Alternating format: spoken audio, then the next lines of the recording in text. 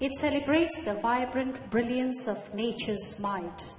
Two lively young girls are truly amazed by the splendor of the rain and are overcome by a desire to get wet.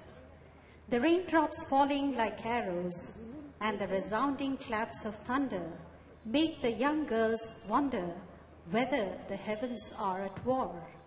The silvery bells of lightning are compared to a proud dancing maiden.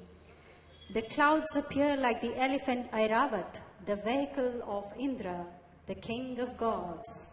Mounted on Airavat, he fights the wild wind and the stormy sea. The girl's fantasy world is thus described in this song. Mare bana dhara srabanaki, barana kare ranaki, another Oriya traditional song.